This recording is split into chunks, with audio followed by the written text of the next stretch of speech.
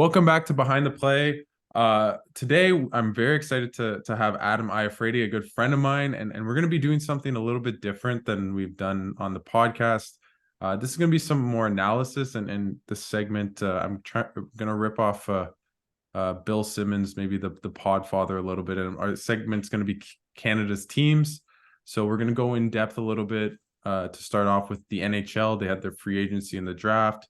We'll go over the Raptors, obviously a Canadian team, and then we'll do some Canadian national teams. In this case, today probably the men's and the Canadian men's and women's national team. So it'll be a fun one. I think we'll do a couple of these over time, and I'm really lucky to have my friend Adam join the podcast. And how's it going, Adam? I'm stoked. This is all the things I like to watch and talk about in one pod. So we should have a lot of fun with this. Exactly. That's what I have you on, because we have so much overlapping fandoms. Other than I'm not a Niners fan, so I can't, or a Newcastle fan. So we differ in very small cases. So, anyways, let's start off a little bit with the Leafs, and unless I go on Twitter, which Elon Musk might have already broken by the time I go on my phone. The Leafs just signed Tyler Bertuzzi to a 1-year, $5.5 million contract. That's very unexpected.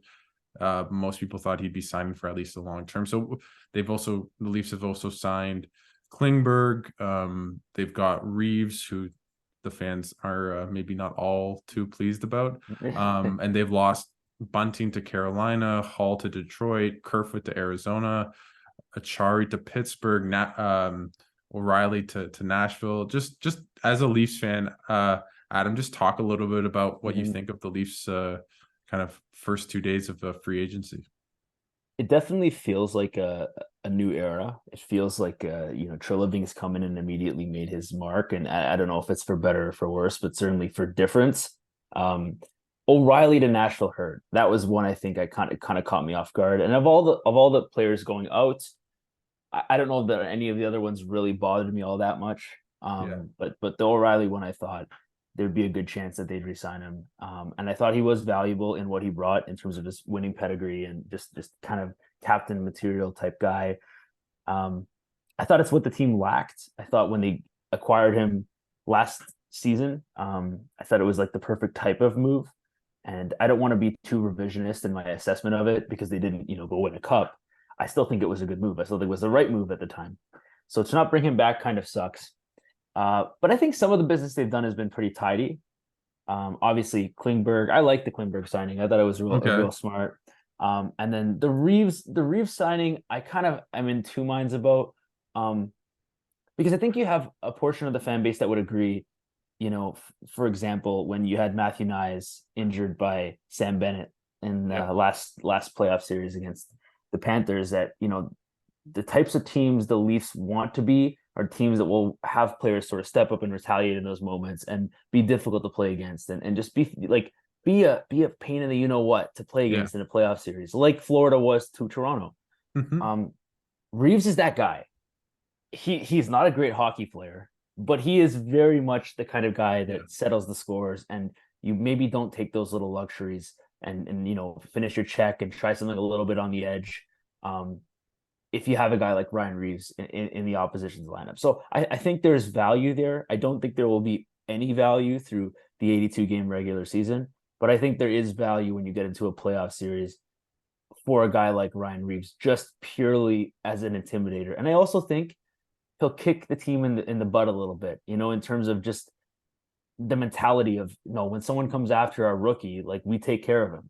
I think there's an element of that was missing. And again, we saw it last year in the playoffs. The Leafs are a team that's always kind of relied on skill, and they would much rather be the team that instigates a penalty and then ends up on the power play. But I do think over the course of an entire playoff run, you need to be a team that settles the scores a little bit, and you need to be hard to play against. And that power play is good, but the message, the overall message you can send in that moment, it could be stronger if you have a guy like Reeves in the lineup. So I like the Reeves signing. 3 years, listen, it's probably what they had to offer to get him. And I think they saw enough value in bringing him in, because I don't see a ton of value in having him for 3 years. But for next year, does he improve things next year in the playoffs? potentially. So for me, it was worth a shot.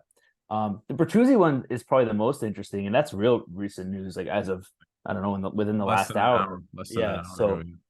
So Bertuzzi, again, the type of player that the Leafs probably need to add if they want to make Yeah. a playoff run. That the type of player they've been lacking for years, and they've kind of got, pieces of that player, and they try little things like fringe moves. I thought Achari was kind of, he's a tough nosed physical type guy that helped a little bit. But ideally, if you can get a guy who plays that way, but also has some skill and can score and do other things like Bertuzzi can do, I think that there's a lot more value in that type of player. So I like the Bertuzzi. I know it's only a year. It's not really what I expected, but I thought he'd sign longer. But wherever he signed, but I do think, at least for in the short term, it was a good move, and I'm happy about that one.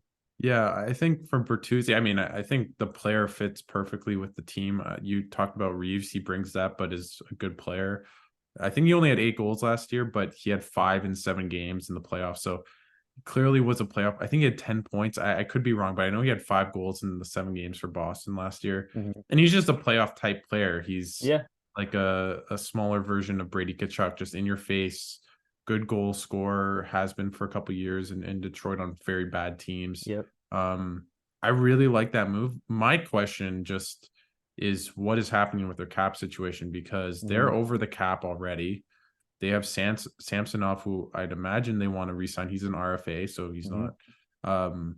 And I just Unrestricted, yeah. they're rumored to Domi by Chris Johnston and Yeah. David Pagnotta, who's going to come on the show in a couple weeks. But just I just find it really interesting, because my first instinct when I see the Bertuzzi is Nylander gone? Is Murray bought out? Is Brody traded? I saw rumors about that. So for me, it's like, what's their next move? If they sign a Domi, they need a corresponding move to Yeah.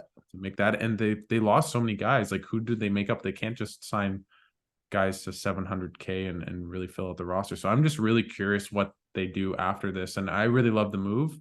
Bet on himself, bet on the cap rising in Bertuzzi, but it'll be Mm-hmm. really interesting to see what they do with the rest of their offseason.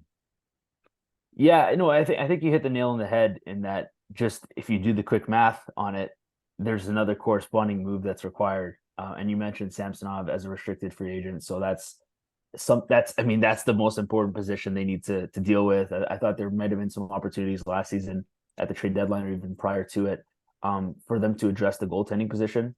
I think at the time they really liked what they had in Samsonov, and I don't think they got eliminated because of Samsonov by any Oh, by he any won them the means. first round. Yeah, he was great at times, and at other times he was okay.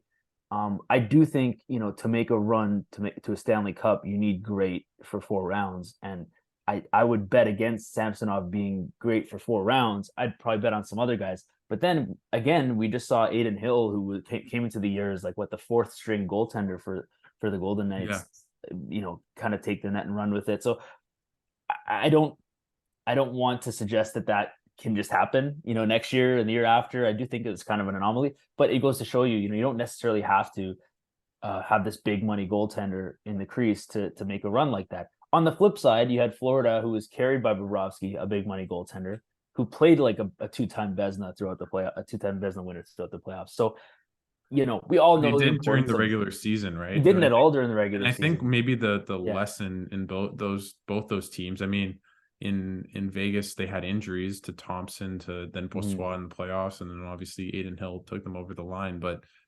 is it Dawson Line? It's Alex Line, sorry. Oh yeah, Lions. Was the Yeah. starting goalie for Florida, because Yeah. Spencer Knight was out for, I think, kind of going into player substance abuse kind of program. But it seems as though it's to have a bunch of goalies, and if I were them, I'd keep Samsonov, unless it's literally we just can't keep you. But again, that'd be really bad roster management. But I think Wall looked really good in the playoffs. Murray, I don't think so, but maybe he's LTIR. So I think probably they bring back Samsonov and have kind of a tandem, because that seems to be the way teams are going forward, unless you Yeah. have a Vasilevsky. But it's going to be really interesting. And I think if let's say you keep this team and bring them in to the regular season, they'll probably won't be as good a regular season team, but they will probably be just as good a playoff team as they were last year. and won a round, and the Atlantic will be super competitive. So it'll be really interesting because this isn't the Atlantic of 2 years ago. You need to No. be pretty good to make the playoffs now. There's maybe one bad team in the Habs, and they're not going to be terrible. So it'll be really interesting. No, I agree. I agree with everything you said. As for Matt Murray, I think he's going to be joining Robida Lupul Island very shortly. So we probably just vaguely remember him this time next year. He'll be a thing of the past. But yeah, his thing is first of all, I think his best years as a goaltender are behind him. But then you add on the injuries, and you just can't stay on the ice. And you can't commit any sort of real money to a player, especially in that position, who can't stay on the ice. You need consistency and continuity. So I think they'll find a way to move on from Murray, and I think my hunch is that they'll probably want to re-sign Samsonov as well. But I don't think Samsonov's at a level where they'll think they can't replace him if they need to. Yeah. So I could see it going both ways, is I guess what I'm trying to say. I think for they'll me, try to, but if it's too, if it's a little steep and they don't feel like they can do it comfortably, or they're not comfortable with the corresponding moves that are going to have to come from re-signing Samsonov, that I think they're more than content to let him walk. And we'll know if that's a good decision when we have another podcast next year around this time, or maybe in about 10 months from now, when they get bounced from the first round, and we're asking questions about who's between the sticks. But in my opinion, I think Samsonov's a solid goaltender in the NHL. I don't think he's the type of guy, like you mentioned, the Vasilevsky earlier, where there's just a tier of goaltender who you will pay that money because they're good enough to warrant that money. He's not that guy. Like there are goalies out there who will demand $8-9 million, and you're like, I just what I have to pay him because they're so game changing that I have no problem. Like if it means we have to lose a high power forward or one of our better defensemen, it's worth it because we know this guy's a stud. Like Samsonov for me is not that type of goaltender. He's a guy who can maybe get hot and win you around, but I don't see him as a true tier one type goaltender. I think he's probably a tier 2 or 3 goaltender, which the Leafs have probably had for most of the last 25 years. Like they've been in that tier 2, 3 goaltenders. I don't know if they've really had. You could maybe argue like Anderson had a season or two in there where he was more than that, but maybe not in the playoffs. But yeah, but in you the know what I regular mean. season he did. Yeah, no, for sure. For me, Adam, my question is, what do you think that happens with Nylander? It sounds as though Matthews will extend, probably not soon, but that everything you hear from Friedman to Traeger is that's all but done in a sense.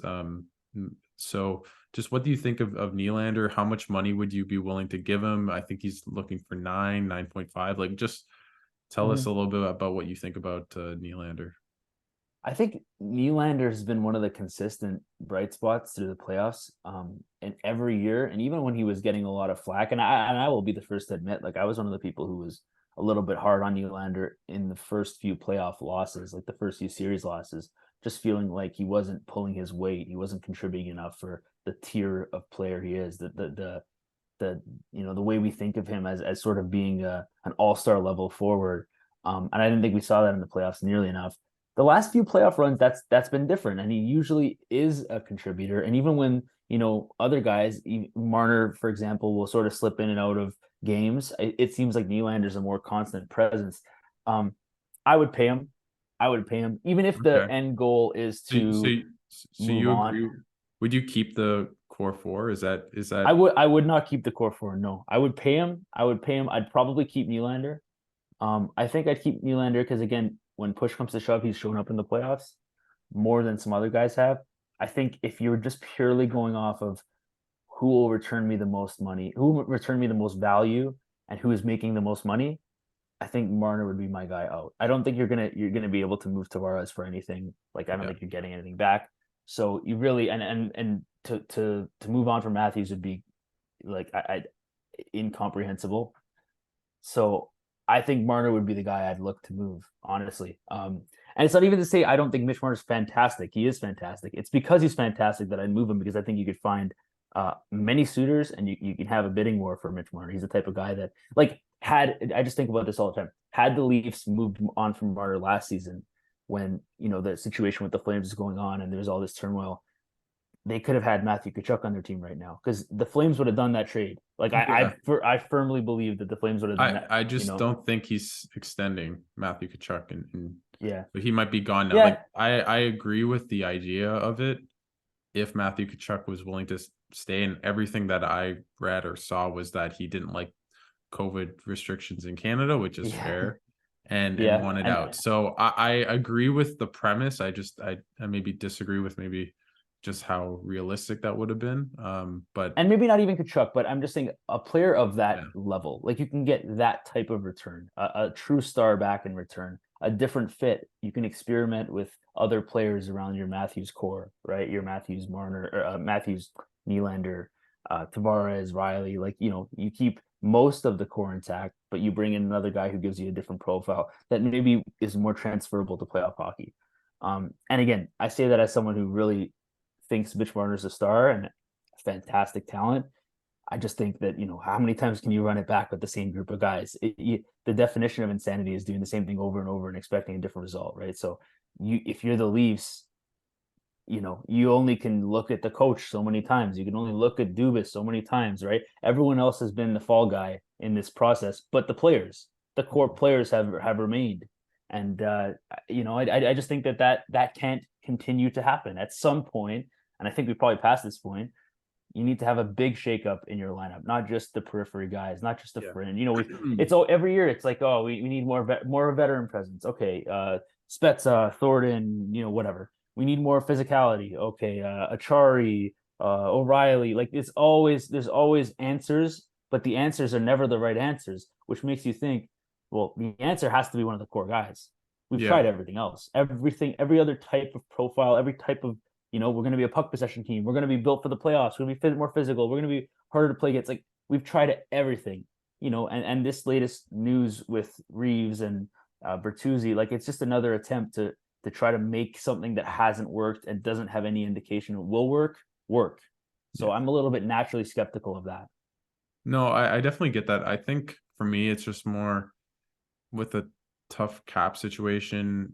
Like if you're trading a Nylander or Marner, you're either weaponizing the cap and weaponizing the assets, i.e., like future assets, or you are getting a player comparable to those players. I don't really see any of those players. Like you mentioned Kachuk, I just don't see guys like that that are coming to Toronto and willing to be signed on a long-term contract, because most of those types of players that are comparable to a Marner or Nylander are wanting out. And the way the NHL is, unless you're maybe Canadian and from Toronto, you probably don't want to go to Toronto, right? Like even Yeah, Bertuzzi, I think he's a GTA guy. So my kind of theory is you try to do the Washington Capitals, St. Louis Blues in a way, and you wait it out.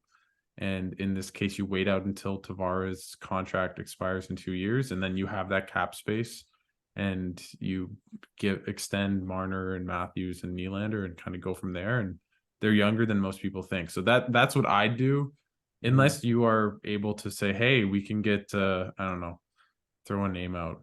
I can't even think of one, but Yeah, no, not off the top of my head, but like maybe a younger Mark Scheifele, if that makes any sense. Like I'm trying to think of a really good player that's kind of on the trade block. So, but it's tough, and I get the reasons to break it up, but it's also what are you breaking it up into?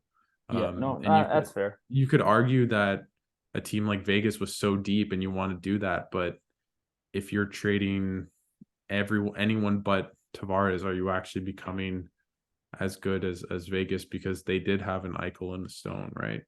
So it's tough to go to. So is there anything else you want to talk about for the Leaf side, With the or Leafs, anything? not really. No, I like again. I kind of feel like they're running it back with minor changes. It's kind of what we've become accustomed to with the Leafs, and I hope it works out. But I'm not holding my breath. No, I definitely get that. And now we'll transition to the Sens here in Ottawa, and they've had a very interesting offseason, mostly with the ownership that finally got settled with Michael Andlauer taking over. Well, he hasn't taken over yet fully, but he will hopefully by September or so become the owner. Mm. of the Ottawa Senators, and that was the whole thing with Ryan Reynolds. I was on TV and BBC because people thought Rexton was coming here. Sadly, that didn't happen, but it seems as though the owner's going to put a lot of money in, and we'll see what happens with the GM and coach. But obviously, Debrincat, I thought he was going to stay. Honestly, it sounded like, I talked to Ian Mendez, and he seemed kind of optimistic in the spring, but he's clearly wants out, and he wasn't traded by the deadline or by the draft, sorry, and hasn't been traded so far, and there seems to be minimal interest, and they now just let the agent talk to teams. So it's just a really interesting thing. And then they signed Korpisalo, which I really like. Like, I remember I watched all those Oilers games, and his numbers weren't good, but for the first 4 games, like, it could have been 3-1, maybe even a sweep, the way the Oilers were playing if everything had kind of gone right. But he had played so well, and then kind of fell off. But I like it. I don't like the term 5 years, 4 million, but it's not a high AAV. So no, it's not, and he's not an old tender either. So you have, I don't think he's going to regress by the end of that contract. I think it's a matter of what's his ceiling going to be, and will he discover it in those next few years. I really like Korpisalo. He was one of the guys that kind of alluded earlier to the Leafs maybe being able to, being a Leafs fan, maybe being able to acquire a goaltender last year at the deadline, or just prior to the deadline. And Korpisalo was the guy who I thought made the most sense. And he would have been a guy who I think raised the ceiling of the team a little bit, because I think he's better than Samsonov. I remember what he did to the Leafs when the Leafs played against Columbus. And he's great. He's fantastic. He was stellar. So that goes to show, he kind of has that pedigree of being able to kind of take over a series and be that guy. Although it does seem like it doesn't matter who the Leafs play, that whoever the opposition's goaltender is, they become that guy if they're not already that guy. But he certainly had a great series, and that kind of put him on my radar as far as a goaltender who really had a potential to be like a star in this league. And while I wouldn't say he's a star in this league yet, I think he definitely still has that ability. And when he's on, he's on. He's a good goaltender. I like Korpisalo a lot. I think this is a great little bit of business for the Sens. No, I agree. I mean, the only thing is the most amount of games he's played is, I think, 39 in a year. So, but it sounds as though he was kind of tangled in many different injuries. I think he had double hip surgery or something a couple years ago, and he said he finally was, or the rumors or kind of the reports were that this was his first kind of full season of health since maybe that year he beat Euro Leafs in 2020 in the bubble. So and his numbers on Columbus were amazing, considering that team was basically the worst team in the league, giving up just crazy amount of shots. His analytics are really good, basically, other than his PK numbers. For some reason, he's like just a top 10-15 goalie in the league. So 5-on-5 saves, high danger chance save percentage, stuff like that. So I really like it. They also signed Brandstrom, 2 million. That's maybe a bit much if it's for 1 year, but hey, and they still have to sign Pinto. And I just think the Debrincat thing is so interesting because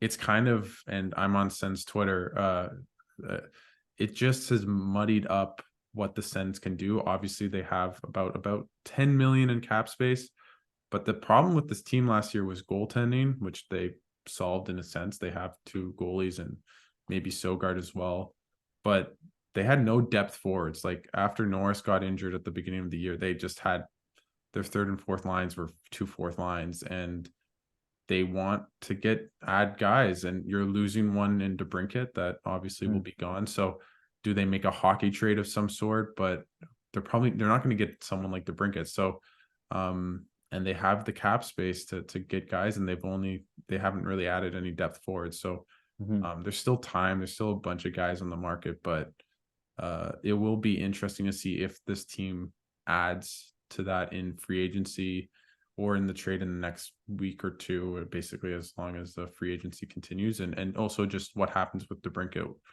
Where is he traded to? Is it for 1 year? Is it for a long-term contract? It sounds like some teams aren't willing to pay what Debrincat wants in a sign and trade. So it'll just be really interesting. I think the team will be better. I just hope they have the depth now. I think their D-course finally settled. I think Chychrun, Sanderson, Chabot is pretty good. And I don't know how much, Adam, you've watched Sanderson, but that guy is just phenomenal, like amazing skater, big body. Doesn't use it enough maybe, but he's like a legit 6'2", 6'3". Um, offensively maybe can kind of maybe won't be a 70, 80 point guy like an Adam Fox, but maybe Hmm. more in that like Jacob Slavin 30, 40, but Yeah, it's it's just still solid. Yeah. yeah, he's just such a good defensive player, and he's only 20 and he's scratching the surface. So I think Yeah. this team can be really good, but they're in probably the best division, and we'll see if Mhm. they make it out and who makes it out. But it should be an exciting team, and hopefully they don't start 2-11-2 like they do every year. So we'll see on that. Is the general consensus on Sens Twitter like positive about the outlook of the team this year? That's a really good question because I think the ownership took up a lot with Sens Mm. fans. So once that settled, I think people are optimistic. But then Debrincat happened, him essentially asking out. So I think people, once the dust settles, I'd say we can have a better idea of if Sens fans like the team going into the offseason. But you have Tim Stützle and Brady Tkachuk. That's pretty fun. So Yeah, I'm not too worried. But the trajectory has been an upward one for Ottawa for a few years now. So I actually have a lot of Senators friends who are Senators fans more than I'd probably like to admit. But yeah, they seem pretty optimistic about the direction of the team. The DeBrincat stuff, there was a little wrench in that because I kind of assumed he'd be part of this yeah, process going forward, and he fit the timeline with all these other young skilled players. So yeah, it's a hit, but if they can get return on that asset, and they already have a ton of great defensemen.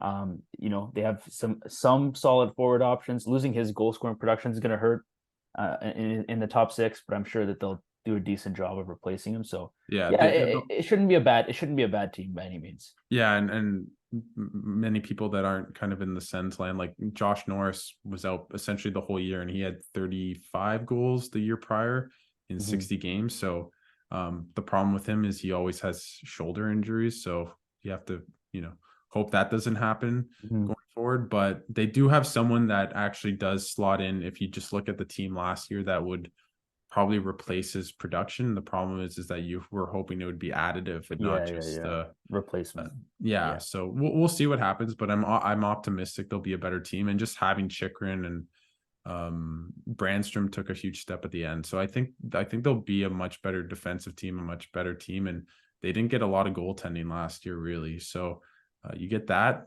I think they should be like a 90 to 100 point team, give or take, in a very competitive Yeah. conference. So maybe that's less so. But yeah, I want to move to the Jets because I thought, as a Jets fan myself as well, just family from Winnipeg. They had probably the most kind of, I'd say, contentious and Mhm. just interesting offseason to look at. With it looked as though Dubois, Hellebuyck, Scheifele, Wheeler were all gone. Two of them are gone. Wheeler was bought out. Dubois was traded. And it sounds as though the Hellebuyck and Scheifele think there's a decent chance they return. So it's going to be really interesting to see what happens there. But what do you kind of make of the Jets offseason and the Dubois trade and what they got back and letting go of Wheeler, and what's next with Hellebuyck and Scheifele? Yeah, the Dubois trade was interesting, and I thought the return was pretty solid actually. I will say it almost feels too early to assess the Jets because I don't know. I'm one of those people I like to Yeah. like line the lines up and kind of go like, okay, well, compared to last year's team, they got better here, they got worse here. It's really premature for that because we don't know who's going to be back, and they're two of their biggest stars are still, there's still question marks around them. Like for example, if this whole team returns but they lose Connor Hellebuyck, like they're worse than last year because he's that important to the team. So it could go many different ways. But if he returns and Scheifele's back, trading Pierre Dubois, I don't think is the end of the world for the Jets. And I think the return they brought in with Velarde, I believe, he'll Yeah, help I he'll feel help contribute. So I don't think they're in a horrible spot. I don't expect them to be a contender. I think that they'll no. be a fringe playoff team. Yeah, I think their motto. I think you're completely right, and maybe I asked the question maybe the wrong way, because I think whatever happens with Hellebuyck and Scheifele, if they're in training camp to start the year or if they're traded in the next week, whatever happens with those trades or decisions, or if they get extended, because maybe Hellebuyck, it sounded as though he was floating a Vasilevsky money, 9.5 million going in all in his 30s on an 8-year contract extension or signing. No one wants that for a goalie. People have looked at price. He'll be on the back nine. So I think whatever happens there will determine the team next year. And that's not me saying anything crazy, but I think you're right to kind of judge their offseason after that. But if they were to return with Hellebuyck and Scheifele on even on some sort of extension, even if it's not 8 or 7 or 6 years, or just stay and play it out and trade it at the deadline, I think this team will be weirdly just as good if those two players are back, because they have a lot of depth. They have way too many defensemen, which is another thing they need to trade. They basically have 8-9 defensemen, including RFAs if they are to retain some of them. So they probably have to move money out, but they'll be much deeper. I think a team that they can be compared to is maybe Seattle, where they won't really have that star power, but they'll just have a lot of just good kind of middle six forwards everywhere in the lineup, and just a lot of 4 or 5 defensemen everywhere. So I think Seattle might be a good comp for them. And they got Boissois, who played well when he was healthy, but again, he's always hurt. So they do have a goalie back there if Hellebuyck is traded, that they have someone that can be the starter if healthy. So we'll see. And anything else you want to touch on the Jets before we? Not really for the Jets. No, I think, like I said, I think it's kind of going to be a little early for them to make like an accurate prediction or assessment on the offseason. I think they've done all right considering the situation they've been put in. And it certainly looks less dire than it did a week ago or 2 weeks ago. So I think they'll be fine, and I think there's no panic button smashing yet in Winnipeg, but that could very quickly change. And like, you know, if the news isn't so positive on the Scheifele and Hellebuyck fronts, this could be, I think this team could struggle a lot next year, because I do believe, even with Brossoit, and like I mean the gap in my mind between Hellebuyck and Brossoit is still pretty large, and replacing Scheifele, you know, will be difficult no matter what they do to try to compensate. His leadership and obviously his skill as well will be very difficult. He had 40 goals last year as well. I don't, you know, I feel like we're almost burying the lead a little bit, but like if those guys are not back, this team will struggle, and if they're back, then they should be pretty decent. Yeah, no, I totally agree, and it'll be really interesting to see. I think Jets fans will enjoy the team because more guys will play defense. All the guys, Iafrate, Velarde, Kupari, the 3 guys that got in the LA deal are all trade, If you look at their defensive analytics, they're all good. Dubois is meh, and Scheifele is just atrocious. So I think they'll just be a very different team, maybe kind of the Islanders of the West. I can see that. I wasn't the biggest Dubois fan ever as a player. I think honestly, I think this was a great haul considering what he is. I think they got a lot back. He's the type of player you see maybe in soccer a little bit more, or in other sports, where they either show up or they don't. And it's this huge chasm between their performance. And you watch him game 1 of the first round against the eventual champions in the Vegas Golden Knights. You think that guy is Matthew Tkachuk. Like you see him, I mean, different player, but just a force, so fast, strong, mean. And then you don't see him the next 4 games, really.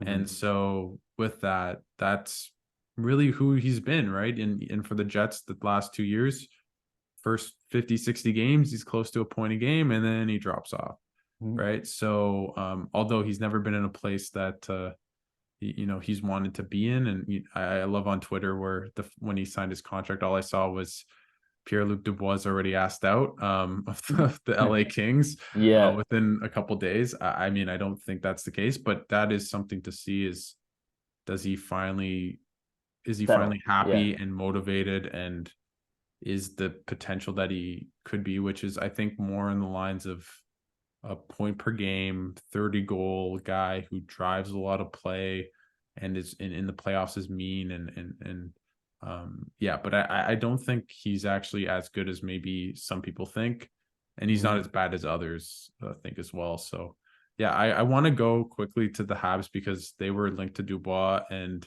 knowing the Habs fans in my life, they were very mixed about him not going Mhm.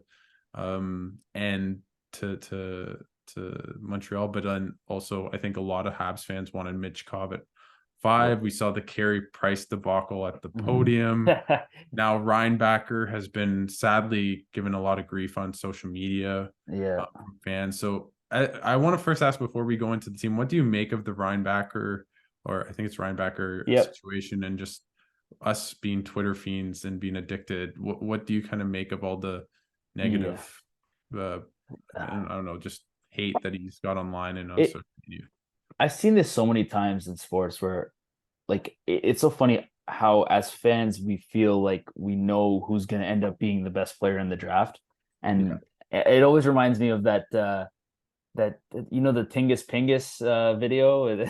No, I don't think so. No, oh, where when the Knicks drafted Kristaps Porzingis, and Yeah. there was like a guy with a thick New York accent. Who the heck is this Tingus Pingus? Whatever. Anyways, Yeah, he yeah, was no. all pissed off with the fourth pick, and they passed on some more recognizable American talent at the time, who player fans would have known, and from the March Madness tournament for a Justice guy who nobody Winslow. I knew think from. Justice Winslow, just to It might have go been Winslow, aside, yeah. Like was I it don't remember. offered like 4 first round picks from the Celtics to the Heat, and the Heat said no.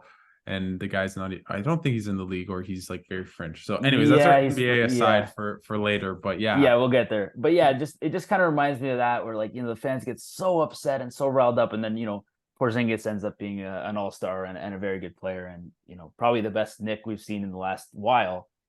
It's the initial reaction is always so negative. And I even think about when the Raptors drafted Scotty Barnes, and the I saw the videos of all the watch parties, and everyone's got their hands on their heads, and they're beside themselves, and then a year later everyone's like, I wouldn't trade him for Jalen Suggs. So I, and I wouldn't trade him I for don't. Kevin Durant. Yeah, Yeah, and apparently they wouldn't either. Yeah, yeah, but yeah, no. So like I kind of feel for the Reinbacher kid because I don't. I can't say I've seen enough of his game to assess him as a player. I just think yeah. he's kind of already in a losing spot where people are expecting him to fail. Like they're And expecting him to not be the right guy, and he might very well be the right guy. It was a reach though in terms of projections. I don't know how much stock you put in projections because at the end of the day, that's one person's big board. Obviously, they try to amalgamate different intel that they've gained from analysts and pundits, but at the end of the day one person is putting that together, so there's going to be a lot of variance between what actually happens on draft night, and this goes for any league, and what happens in in the final mock drafts that are released. So I think it was an interesting choice, but I'm gonna wait till I watch the kid play before I make an assessment about if he's a good player or not, and I'm gonna give him a little bit of time. As for the social media response, I mean, it's typical. This is the world we live in. I'm not trying to excuse or justify it, but this is just what social media has become. It can be very toxic, and I think unfairly so a lot of the time, especially for a kid who's just had the best yeah, moment of his life. He's just achieved his biggest dreams. on Probably been part with drafted it. higher than he thought he would. Sorry, go on. And on part, and to go off that, is even with the Carey Price thing, and Yeah, he seemed to be very good about taking that on the chin and yeah, apologizing and Carey Price. But no, I what I find interesting, and obviously I completely agree with everything you said about social media, and I think it's sad. I think also the added bonus of this is being linked to Habs Twitter in some ways through friends and the fan base, is just that they've reached on guys for need before over talent. The big one is Kotkaniemi over yeah, Brady Tkachuk. And yeah, I think, and in other times as well, and I think for a lot of Habs fans, it felt that way. And Kent Hughes basically said that we picked him because he was a right shot defenseman. yeah, He didn't say that directly, but he talked about the handedness of the player and the yeah. defense. We needed a defenseman. So I think that really didn't help the case. Hmm. Now, that doesn't mean you go online and give death threats or whatever, Yeah, but I think yeah. No, just that's so we're it. clear, Yeah, anybody yeah, listening to this, that's yeah. not that So we're not it's just an excusing that at interesting all. thing, and they also Yeah, traded. I did not understand the Alex Newhook for a yeah. first, and like it was the 31st There's a and the lot. Yeah, 37th pick. Like If it was one of those, maybe I understand, but for both, that No, seems a yeah. lot. They traded Edmondson to the Capitals, so they've had a really interesting draft night, and trades kind of since then. Haven't really done anything in free agency, pretty capped out, but Mhm. they're an interesting team to watch. I think I've had Arpon Basu, Andrew Berkshire, just talk about the Habs and Kenzie Lalonde, who's great, Ottawa or Stittsville resident. But they they've all talked about how St. Louis is so good with young players, and I think that's what they've bet on with Newhook. They did that with Doc, maybe with Reinbacher, just guys like that. So it'll be interesting to see what they're like next year. And without Dubois, I don't think they're a playoff team, but do I think they're good? They'll be the fifth worst team in the league? Probably not. I think they'll probably be that close to 500, but maybe just slightly below plucky team. And if they get decent goaltending, they'll be interesting. Their decor isn't great, and they don't have a Yeah. lot of high end players and depth like a lot of other teams in the NHL. I actually think they're going to be pretty bad next year. And I'm like that. Okay. That's my, and that's not like people might listen to this. Say, oh, he's a Leafs fan. Or I really genuinely like, if I thought they'd be good, I'd say it. I don't think they'll be very good next year. Yeah, And also, I want to clarify. I'm a Leafs fan, but I also hate the Leafs. Like, I have a love hate relationship with them. So I don't even defend the Leafs in public. I trash on the Leafs probably more than most people. you're like Dangle, who just hates. I hate them. I hate the Yeah, Leafs. But like, yeah, I love the Leafs, but I also hate the Leafs. So yeah. like, part of me when they lose is like, it feels like, yeah, good for you. You guys suck. Figure it out. You know what I mean? Like, I don't even feel sorry for them. I just immediately hate them. Uh, Yeah. No, so I think maybe for me, and I watch a lot of Habs, and just because we actually get their games here in yeah, Ottawa, yeah. thankfully, like on local. But I'm really high on Cole Caulfield and Mm-hmm. Nick Suzuki. And so I think if you're high on those guys, then you're high on the team, because I Listen, think Caulfield back healthy he's helps a 40 goals. lot. Like I A think he's lot. in that Yeah. range. Like he's a 35 to Yeah. 45, like maybe not 45 next year, but he's in that range of a legitimate goal scorer. And Suzuki, sure, he puts up maybe zero point 0.8 points a game, but he played with nobody. Like Yeah. so you have to take that with a grain of salt. So But I'm next year he's going to actually, be playing with nobody. Also, I mean, when yeah, Caulfield's there, it's Caulfield. That's Caulfield, about it, though, right? Like I still think that they lack a lot of depth. In their even their top six is not that good. I think they have no, one forward line. yeah. I On the like back Doc. end, Doc looked okay. He yeah, looked, Doc's okay. Doc's okay, and I think on the back end they have nobody. yeah. And then in goal, I'm not. I mean, I'm not high on their Montembeau, goaltending situation there. And people will tell me Montembeau actually look good. I'm not a Montembeau guy. I don't think he's that good. So like I just don't buy into any of it really. I just think yeah. I think they're pedestrian at best. I think the best case scenario for the Habs is they're like the 16th or 17th best team in the league. Like I really don't see them. I don't see No, any chance I of them don't making see the them being playoffs. in a playoff contention, Yeah. but I see them being in that 70 to 77 point mark, where they're not terrible, they're not bottoming out, but they're not like last year, but they're not in that realm of where 4 points, not like the Sens were last year, where they were really out of it, but they were close enough. I don't think they're ever going to get in that range where Habs fans are looking at the standings in March Yeah. and saying Yeah. there's a 5% chance we make the playoffs, or within 6 points or something along No. those lines. I think If they'll be a bit if farther one down. of their if Suzuki or Caulfield gets an injury early in the year, their season could be over by February. Yeah. Like I really don't see Yeah, I think them. I'm just higher on them because I actually do like Montembeau. Because if I see a goalie, my it's not a rule that I've really thought of, but when I look at goaltending, kind of like Korpisalo, if you have like Mhm. above a 905, 910 and your team's bottom five in the league, I'm like, you're probably actually more like a 915. So that's kind of how I see it. And with Montembeau, I think he Yeah. was like a 903. I'd have to double check, but he on a really bad team. Like that Habs team was terrible last year Yeah. and outperformed, I think, a little bit their talent even in coming fifth last. So we'll see. I want to go quickly to the Yeah. Flames. I had Sullum Valgi on, obviously covering the Flames. I've had Eric Francis and Julian McKenzie, but they just have had so much turmoil, more than any team in the league. And just maybe talk about a team that they traded Toffoli, they lost Kachuk and Goudreau last year. They're trying to keep Lindholm, but it sounds like he wants out, and they're offering him like crazy money, like Mm-hmm. 72 million for 8 years, like $9 million AAV. Just talk about that team and maybe the direction they're headed, if you can.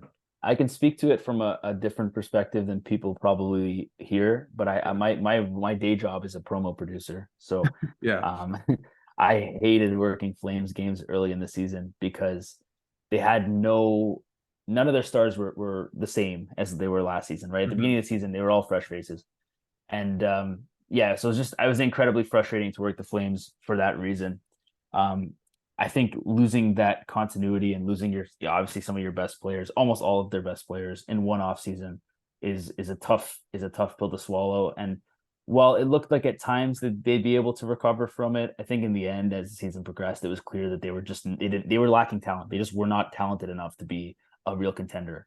Um, and I see them in a very similar situation this year. I think they're kind of stuck in purgatory. I think they opted for, when they were losing Kachuk, they opted for the more competitive in the short term fix, Yeah. bringing in guys that were going to help to sort of retool, is the word they always use, as opposed to a full on rebuild.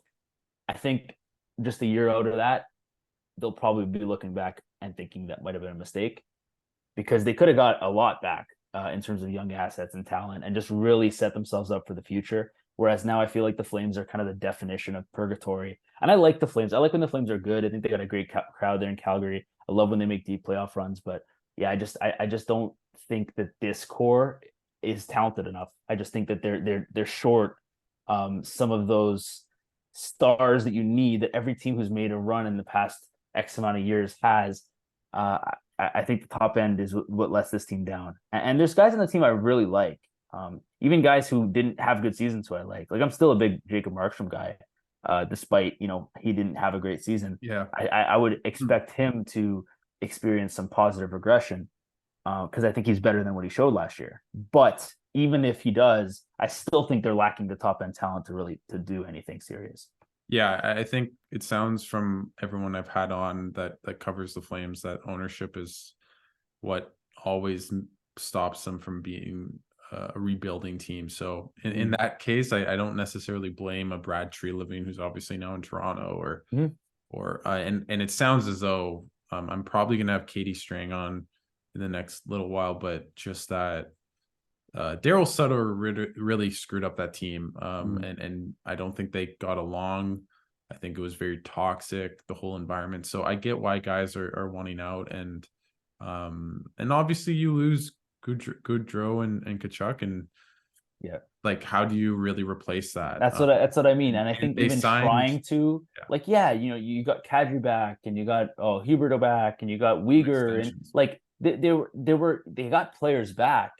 But the reality is it was a real big risk. And I think they've we've seen the risk didn't pay off. Early in the season, it looked like it might have paid off. It's like, oh, the Flames are picking up right where they left off. Like they look just as good as last year. And again, as the season went on, it just became apparent that they weren't that team, and that they basically sold, they sold low. I would say they sold low on their best players, Yeah, and I know they obviously had to. Kachuk was forcing his way out, so it's not like they had much leverage. But I do think instead of returning players in their prime, they could have opted to return even younger players, like not necessarily draft picks, but younger players that are a little bit maybe further away from the end product, but have the upside that you can sort of build towards something. And then also accumulate some draft picks, some high draft picks by not being maybe the best team, as opposed to being middle of the pack and then picking middle of the draft. And then just, I think it's the worst place to be in professional sports. And I always kind of say it. And teams that yeah. don't have a clear direction, I feel frustrated for them and for their fans. And I feel like that's the Flames right now, is they're just kind of like, they're just bang average. And there's not really they're an older team, like they're not a young team. And they're average. And so they've topped out in my mind. No, and for sure. I mean, they had terrible goaltending. I think they'll Mm-hmm. regress. Markstrom's very hot, cold kind of goalie. I think everything you said was right, and I think change is definitely coming. We'll see exactly who is out and for what, and is it futures? Is it not? I think that the Toffoli trade is probably a good indicator where they get a future asset, but not a crazy one and a player that can play now, and in Sharon Govich, who's now signed until he's a UFA. So they'll have another potential UFA in 2 years. So it'll be interesting from one fan base that probably hates, or maybe doesn't hate their ownership, but finds their team very frustrating, to one that just, I think, has been in purgatory, I think is a great word for the Vancouver Canucks, who have made the playoffs once essentially in 10 years, which is a hard feat, especially when you spend over to the cap every single time. They bought out OEL for he had 4 years left on his contract, about I forget exactly how much, but in the $7 million range. They got $6 million in space this year. They spent it on Ian Cole for a year. They at $3 million. Carson Soucy, was really good in Seattle for 3 years, 3.25. They didn't qualify Ethan Bear, who was really good for them in their top six. Probably their best right shot defenseman before Corona came. So they actually look kind of okay. I don't know what this means long term, how they're going to be competitive, but that top six scores with Miller and Pedersen's amazing. Quinn Hughes is phenomenal, but it will just be another year where I think they'll be better and maybe make the playoffs, but where is this team going? I think that's the question that all Canucks fans, my good friend Kieran, always is just frustrated and now apoplectic at this team. So we'll see what happens, but I think that's the Canucks kind of just did what they always do and went for now compared to long term, and we'll see what happens. And to the Oilers, they are completely cap crunched. They signed Connor Brown to one of those really cool contracts where it's $775,000 AAV, and I think it goes to $3.25 million in bonuses, which would be next year. In I like it. I like those. I have no problem with those type of deals. No, I love it, especially. We don't know if the cap will for sure go up because this is Gary Bettman's NHL, but it should go up at least a little bit more than it has been. So it's a good bet, and I think Connor Brown's just perfect. He's like Zach Hyman light for that team. I think he'll just be phenomenal. And they traded Yamamoto and Costin, so cap, cleared some cap. They're rumored to Carlson, but I just don't know how that makes any sense. But this team's good, and you have McDavid and Draisaitl. You can't be bad now. They're just too much of an amazing dynamo power together. So we'll see how they do, but I can't see this team not making the playoffs. Is there anything you wanted to touch on those two teams before we go to the Raptors? No, you kind of hit everything on the head. Like, I still have a little bit. I still have questions about the Oilers' ability to win a Stanley Cup. I still think they're a few pieces away. I don't think they've gotten any closer this offseason. But when you have Draisaitl and you have McDavid, you're always going to be at least a pseudo contender. We've seen them make some, quasi deep runs. And I feel like they always have a run in them with that duo. Yeah. So if they can never figure out how to just complete that team a little bit more, round it out, I don't even think they need to have the most structured, perfect 4 lines deep team. They never will, just with the amount of money you're paying those two guys. But if they can even just make it something that resembles a hockey team, there's no reason why they can't. And they were deeper this year. I remember watching them. They would get guys. The problem is that Klim Kostin and Yamamoto scored some of their most important goals in the playoffs, but they did have more depth than it ever felt they had.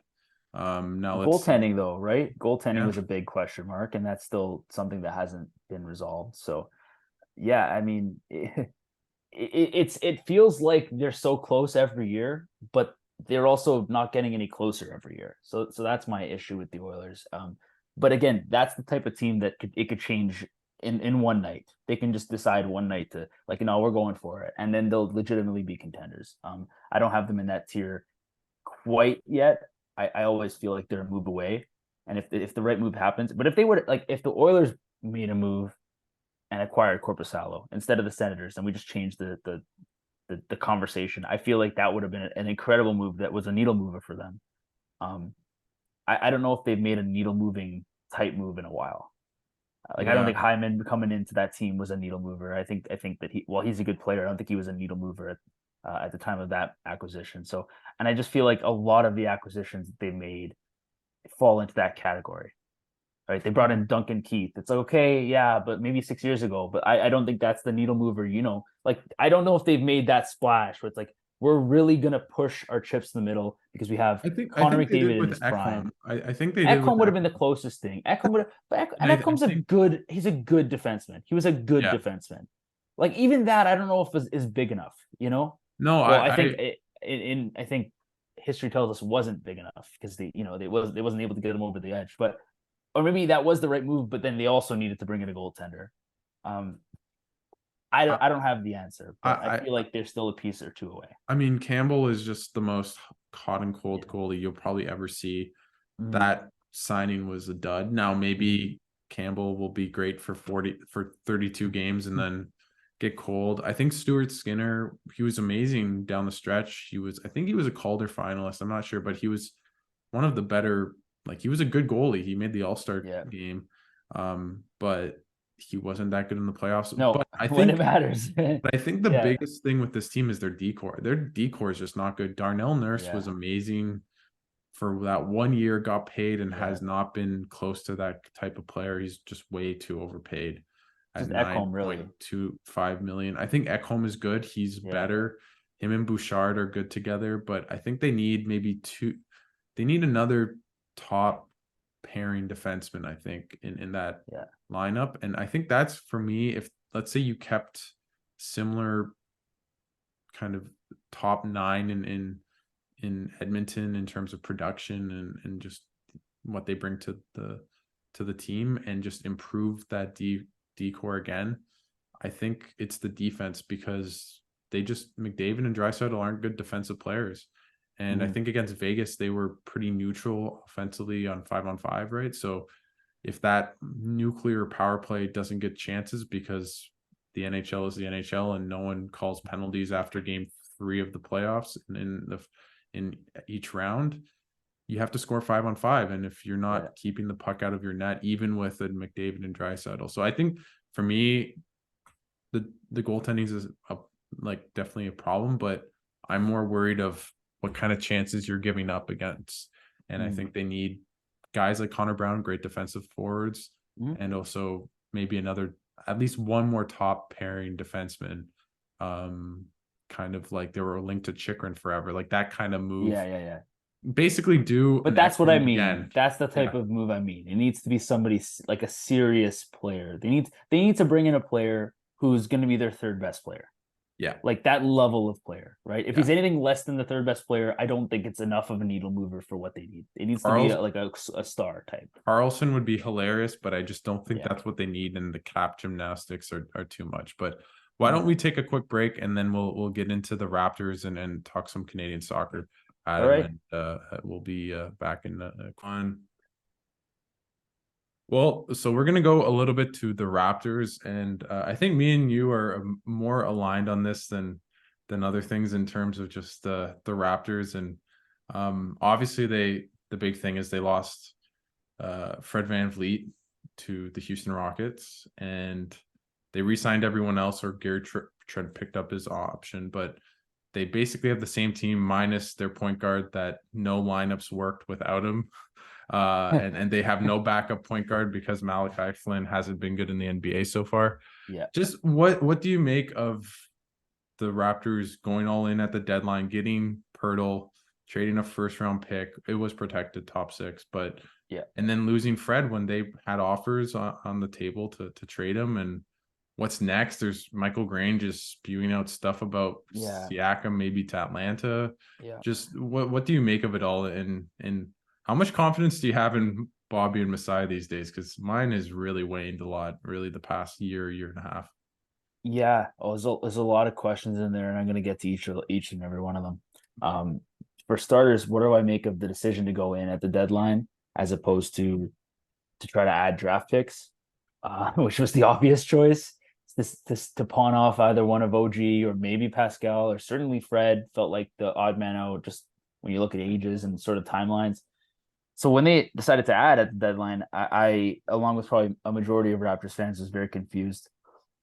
And not because I don't like Pirtle or think he's very, very No, good. he's And good. the the advanced stats tell us that he's actually one of the more important starters on the team, even more so than some of the guys who continue to be paid more than he does. So I actually agreed with the bringing in Pirtle. I just think it didn't make sense really when you look at the timeline of the team. I think it made sense if they managed to make that like a lottery protected first. I would have felt a lot more comfortable with that. But having it just be top six really doesn't give you the opportunity to have a bad season this season, because even if you're bad, there's a very good chance that that pick is going to go to the Spurs. You can't control what happens with the bingo balls either. So even if you could be the third worst team in the league and drop to the seventh pick, and there goes the you're getting nothing for that horrible season. So the risk of it, I just didn't agree with. And I think obviously, having seen the team lose in the play-in, we can sort of all agree at this point that it wasn't worth it. And now you lose Fred VanVleet because you were already going to be strapped trying to get everyone re-signed. And all it took was one team, which in this case happened to be Houston, to have a really dumb amount of money and kind of not care.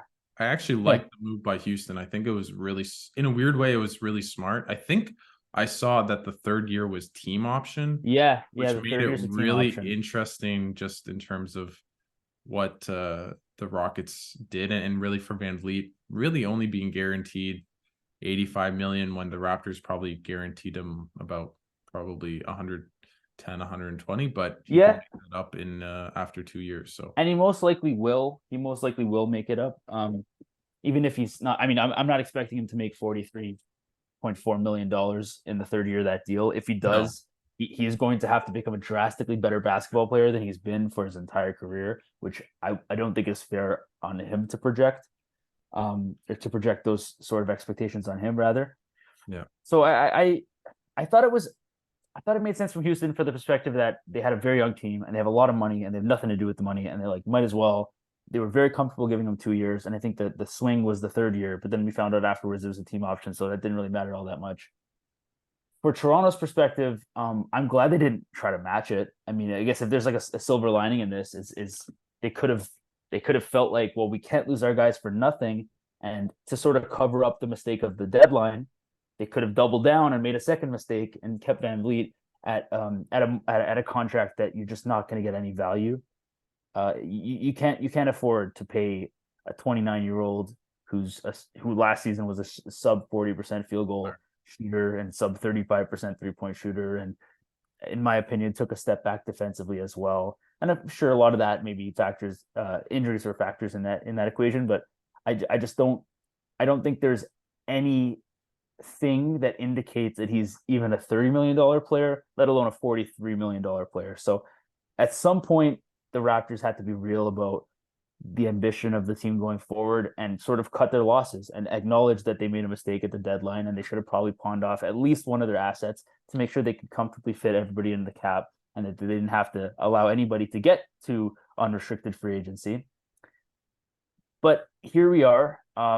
New head coach Darko Rajakovic, I really am a fan of, and essentially the same core as you mentioned, minus the starting point guard, and they did not sign a point guard other than Dennis Schroeder. So kind of a Yeah, career since Atlanta, probably I would say like a career bench guy.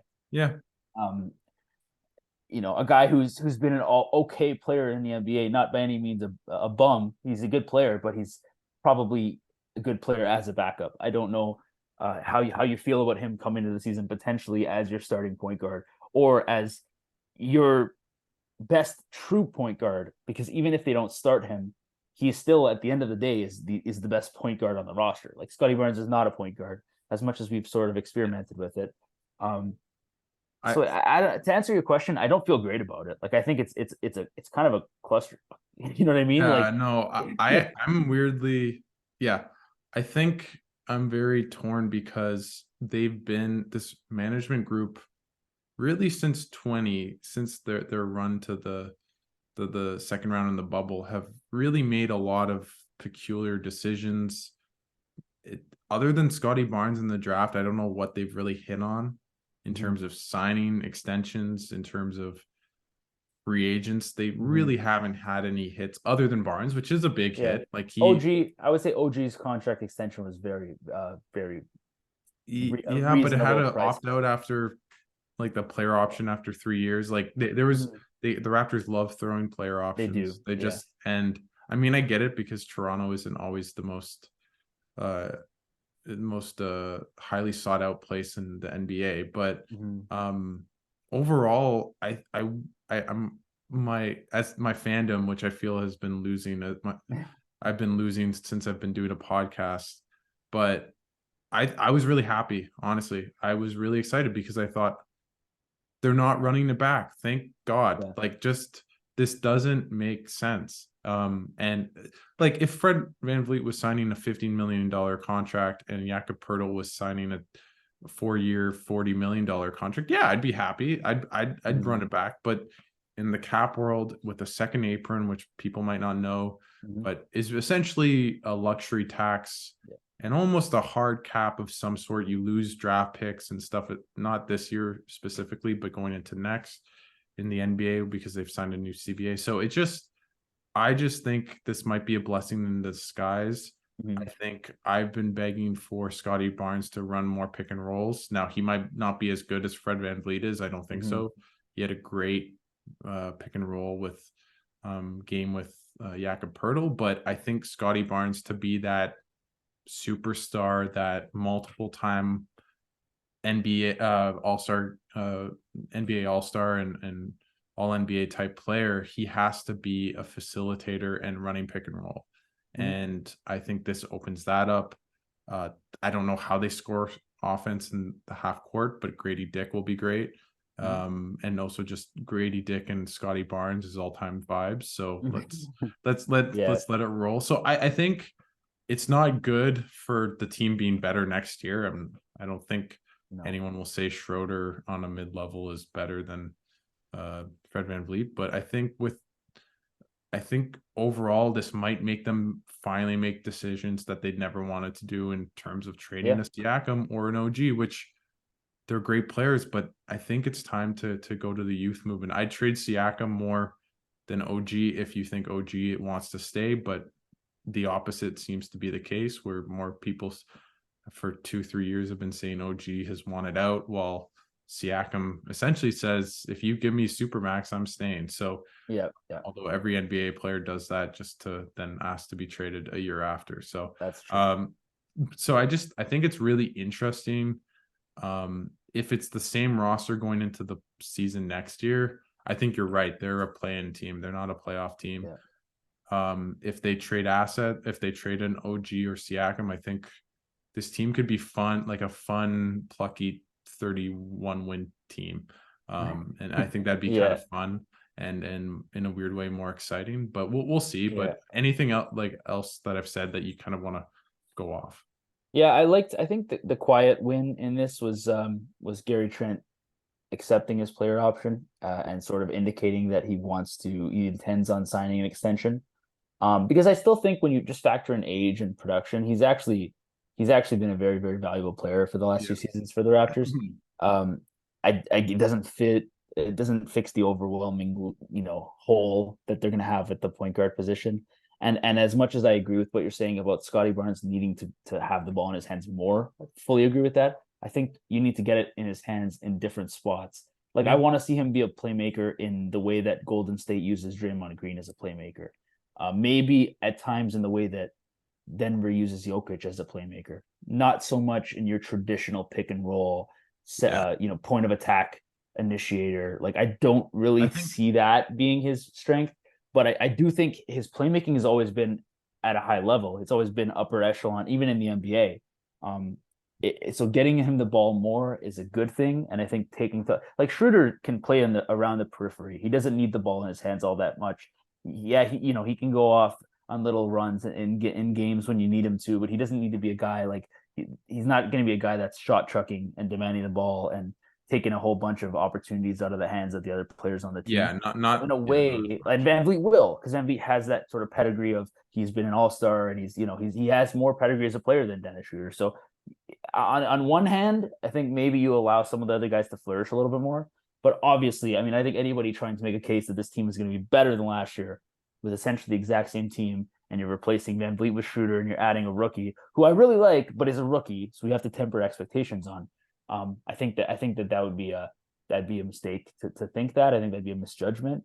The only saving grace for the team is that Darko Rajakovic is going to implement some sort of next level European movement offense where everyone's cutting off the ball and no more Nick Nurse ISO stagnation, which was definitely an issue over the past few years. Like I don't think Nick Nurse, I don't think, like, point blank, I don't think Nick Nurse is a good offensive coach.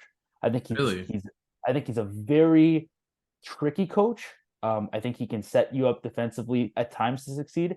I think he's a bit of a mad scientist in the way that he tries things that don't always work. I don't think he ever was able to maximize the weapons that the Raptors had offensively. I think when the Raptors won a championship, they happened to have the best team on paper in the league, other than maybe just the Warriors, and the Warriors had injury issues, so that's why they won, in my opinion. Yeah. And I think he had some good assistants over the years that helped along the way, but as some of that talent left in the ensuing years, I think you got to really see the deficiencies of Nick Nurse as a coach on the offensive end, because it was really a lot of that stagnation. Like there was a lot of, they're dribbling the air out of the ball. It's my turn, your turn offense, and that doesn't work at this level, especially when you're lacking true superstars. You can get away with it when you have a Kevin Durant. You can get away with it when you have, even Kawhi and Paul George, or whatever tandem you like in the NBA that's uber talented. Maybe you can get away with it. But when your best players are Siakam and VanVleet, you can't get away with that. You need to really have a diligent offensive approach, and you need to have offensive principles, and you need to move the ball, and you need to, and I just don't think they did a lot of that. And the best offense in the league last year was Denver's with Jokic and Murray, and they had good pieces around those guys. I don't know if on paper you would say going into the season Jokic and Murray was the best duo in the NBA. I think you would have probably had 4 or 5 other duos above them, but they maximized that duo, Yeah, I would say on the Jokic point quickly, just he is by far the best offensive player in the league. I think that's, as much as you might love Steph or KD, no, I agree. Whoever, I think he's more of a walking offense, and Jamal Murray in the playoffs was outstanding. 25, or I don't know if that's exactly stat line, but like 25, 6 and 6 or whatever, right? Yeah. And it feels right. And he told me that was what it over was, 10 assists in the finals, or I think he had at least over 10 assists in the first 4 games. I don't know if he did in the last, but he was phenomenal. But to go to the Raptors, I agree with you to an extent. I do think they had no shooting for the NBA in today's age, and that made it harder for you to have that kind of pass, cut, off ball actions, because the defense is just going to collapse because you don't have shooters other than really Gary Trent and Fred VanVleet and OG Anunoby, but those guys are good shooters. I'd say VanVleet is a great shooter when he has it right. He didn't have it right last year. Yeah. So I agree with it for the most part, but I do think, like, the reason why they tried to go for a lot of turnovers and offensive rebounds was a byproduct of the team as well. I don't think that was 100%. I'm sure Nick Nurse, if he got, Golden State, wouldn't have run the same kind of actions. But I agree with that. I do think it will be really interesting to see what they do with a new coach. And just it will be a very different team this year. Grady Dick is a very not Raptors pick, and a very much a win now pick in a way, because I think he's going to be an NBA pro for 13 years. Like, I'm not saying he's JJ Redick, but that type of player that is just such a good shooter, smart off the ball, can handle enough, or kind of use, kind of go attack closeouts better than a lot of other guys that are just maybe stationary. Like, I think he's just going to be a really good offensive player. The defense, we will see, but I think the defense, I'll say a couple of things real quickly on the defense. I think the defense definitely is, he's been, I heard things like he's going to be targeted on the defensive end. I don't know. If you watch the latter half of what he did at Kansas, he looked the part. Like, he looked like he could defend, at least at a college level, he could defend. How that translates, I don't know. At the beginning of the year at Kansas, even the Kansas people would tell you this. The fans there, Jayhawks fans, he struggled defensively, but when he figured it out, And at the end of the day, you're talking about a guy who's 6'8" and has pretty good athleticism. I was gonna say should be okay. He's not gonna be, we're not talking about Trae Young out here. We're not talking about a guy that no matter how hard he tries, he doesn't have the frame for it. this is a guy who has the physicality, he has the frame for it, like he has the size, And he's a rebounder. Like I've yeah, seen a little bit. Like he had good rebounding stats for yeah. kind of a small forward, shooting guard type. Like Mhm. which is a part of defense people don't really talk about, but just Yeah. grabbing defensive boards is important too. So yeah, I And think he's a good player. I just mean as a mhm. rookie, as a Yeah, you can't, he's you 19, have to 20. temper Yeah, but expectations. He's I think 19 coming into I the think he's league. an Like, NBA pro. Like I'd be yeah. very surprised he's out of the league in 3 years or on No, his fifth team in 6 years in 2030 or something along those lines. So 100%. I agree with that. And I want to make one other point on Grady Dick because I don't feel like it gets enough attention because I see a lot of times his comps. They're obviously you're gonna comp shooters to shooters, right? yeah. Understandably, but I think the one bit of nuance that gets lost in his shooting is how efficient he is off the dribble, Yeah. which is something the Yeah. Raptors don't have a lot of guys who like to shoot off the dribble. So that indicates for me when I look at guys who can score off the dribble, I think that the usage on offense can go up. Like that's the Mhm. indicator for me. Because if you have guys that are great catch and shoot guys, that's great and it's valuable in offense and you need those guys. But it's kind of a limited role He's not because you're just only getting your offense when someone else is creating it for you. But if you can shoot off the dribble, there's indication that there's steps and strides you can take to be more ball dominant, a little bit more of a primary scoring option at some point in his future. So I don't think that that's anytime soon. I don't think that that he's going to be the leading scorer on the team next season. But I do think he has ability to be more of a scorer than probably he's giving credit for. Like Kyle Korver was a fantastic shooter for a long time, but he scored exclusively in catch and shoots and coming off pin downs and screens and whatnot. So I don't think that it's going to be that type of profile. I think that the Raptors are actually going to find a way to get the ball in his hands a little bit more than maybe most traditional shooters would get it. No, I completely agree with what you said. I think it was something crazy. Like he was like It was a 45%. really It high was really percentage, high like off the dribble. I off the remember. dribble. Yeah. Yeah. And I totally agree. He's not just a open shooter I think Kyle Korver is a perfect example. He's not that type of player exclusively. He is Mhm. definitely more than that. He has a better offensive profile than that. And he should be a guy that is just gonna be in that 10 to 15 point range that can score a Yeah. bit. And we'll see if he's more than that, if he's more like a Kevin Herter type and has more kind of in his bag, but he'll be a really good shooter from day one. And the Raptors desperately needed that, and especially with Fred VanVleet going. So I think it'll be a really interesting season, and then let's see maybe the next weeks or a couple weeks until maybe training camp and everything starts in September and October. I let's go to the Canadian men's and women's national team, because Yeah. I know, Adam, you don't really have a lot of opinions on the No. CSA and Canadian soccer. If anyone follows Creative Freights on, did I get that right? I think I have that right. Yeah. Freights are freights. Yeah. Creates Yeah. of Freights Basically got it. on Twitter, Adam's handle.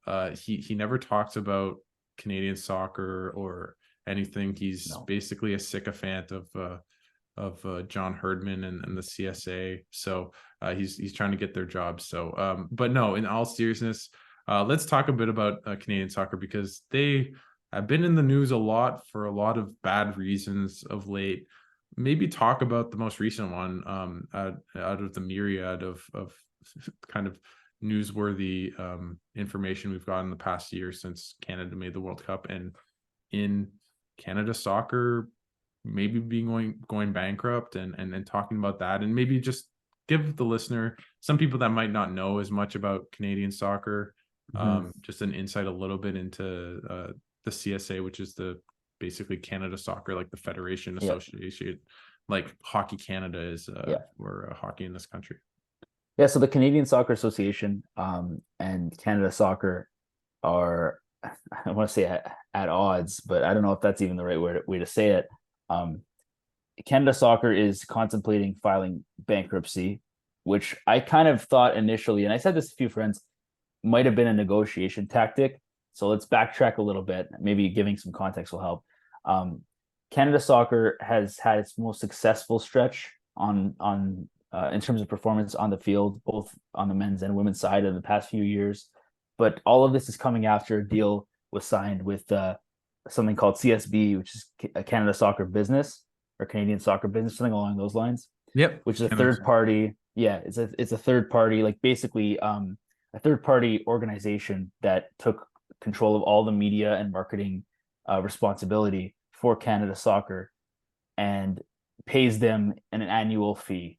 So during just in the time prior to COVID, when the Canadian Premier League was just kind of a thought, and it was they hadn't played the first season yet, but it was just sort of a plan for us to get our first domestic league, top flight league in this country. And there was very few finances to go around. People had their sort of hands tied at Canada Soccer, and in order to not cut funding to the essential programs, the people at Canada Soccer, which at the time was led by Dr. Nick Bontis, signed a deal that essentially now we're looking back on as not a very good deal, but at the time was the deal that kept them alive and sort of allowed them to ensure the funding for the key national team and youth like grassroots programs were able to be sustained. Now we're looking back a few years, and the deal they signed is not very lucrative, and there's issues between the players on both the men's and women's national teams and Canada Soccer because they don't feel like they're being paid their fair share for their contributions. The women winning an Olympic gold, men qualifying for a World Cup, and nothing has changed essentially from what they're being offered. The federation has claimed that they have no money to give the players. When the players have to travel, they're not traveling first class, they're traveling like economy, like you and I would travel. Yeah. So it's essentially like it's every little thing, right? When they have to go send them to hotels, the accommodations aren't top tier. They can't schedule friendlies against bigger level opponents or really at all. So these are all the things that have come up as a result of Canada Soccer claiming that there's no money. And the root cause of this, again, is this 2018 deal with CSB that essentially ensured that there would be no money, but also ensured that they had enough to sort of To finance operate and to finance. The CPL was a big part of it, but also just to finance the CPL without losing the core foundational programs of Canada Soccer. So essentially, they sold their soul a little bit in order to sort of stay alive and to not have to file for bankruptcy back in 2018, maybe, and end up signing this long-term deal that extends to 2028, but I believe has an option for CSB to extend beyond that as well. I think it's a 10-year extension. Yeah, like it's a mess. It's just a disaster. It's so now we're at so that's kind of the backstory. In current events, I was very skeptical about the bankruptcy story, and they actually walked it back. Jason Dubois, who I don't know what his title is right now, but I think it's interim general secretary, but I could be mistaken. So that sounds about right. It was something general secretary of Canada Soccer. And he sort of walked the comments he made back about they were exploring bankruptcy as an option, apparently. And he was saying, we're not actually in a position where we're contemplating filing for bankruptcy. It was more so we wanted to understand the strategic angle of looking into bankruptcy, to filing bankruptcy. So he sort of walked the comments back, which I always anticipated was the case, because they're still working on a bargaining agreement between Canada Soccer, between the national teams and Canada Soccer. So I thought it would make sense to sort of, talk about how dire the situation was and sort of paint this picture that we don't have any money to give you and we're even contemplating bankruptcy. So that's, I think, an element of it. That's why I would maybe read between the lines a little bit. I don't think they're in a great financial situation at all. No, but I do think they've made it seem maybe more dire than it really is. And there is a lot of I think, I wouldn't say everyone at Canada Soccer has not been mired with controversy. There's a lot of Dr. Nick Pontus Christine Sinclair told the Heritage Committee that he basically called her the B word. I think it was that. There was a lot. There's a lot of stuff. Basically, when negotiating for the women's national team, who just won a gold medal, won 3 consecutive medals at the Olympics, always make the World Cup, always do at least decently the past couple World Cups, and hopefully this summer. So it just and the women's national team, just so people know, they protested their game in, I think it was March. The men's national team protested games last summer in Canada. So it's not as though the players aren't getting involved and not asking for reform. Nick Bontis, or Dr. Nick Bontis, resigned. a couple months ago in the new year. So like it's all not going great. And I mean, you're more plugged into this than maybe I am, but maybe just explain how much of an impact this has on youth teams, on the national teams, not just missing friendlies, but Yeah. how that affects maybe in a broader sense just the teams themselves and acquiring players and Yeah. players wanting to play for Canada and everything. It's huge. I don't think I could state the importance quite enough. The dual national recruitment. I mean, you just understand that the country of Canada is extremely diverse, and every single person in this country, for the most part, has dual eligibility, either through their parents or through their grandparents. They would be eligible by FIFA standards to represent more than one country. So when you sort of use that as the context, and then you think about the lack of youth camps that are actually taking place because of the lack of money. So meaning like, the US and Mexico will regularly have under 17, under 20 camps, even under 15 camps. Like they'll regularly hold them, even when there's not a tournament or, an event that they have to play in that they're building up to. They'll just sort of use these camps to keep tabs on players and get them in their system and get them familiar with other players in the system and just the camaraderie of the team. We don't have that luxury on either the men's or women's side. It's more notable, I think, on the men's side. I think that's we're having more struggles with dual nats on the men's side, but it certainly applies to the women's side as well. Just not having youth camps with any sort of frequency or regularity, and then the trickle down effect of that is, well, we're not as prepared coming into the tournaments when they do happen because we're putting a team together and everyone's kind of meeting each other, a week and a bit before a major tournament we're sending them to.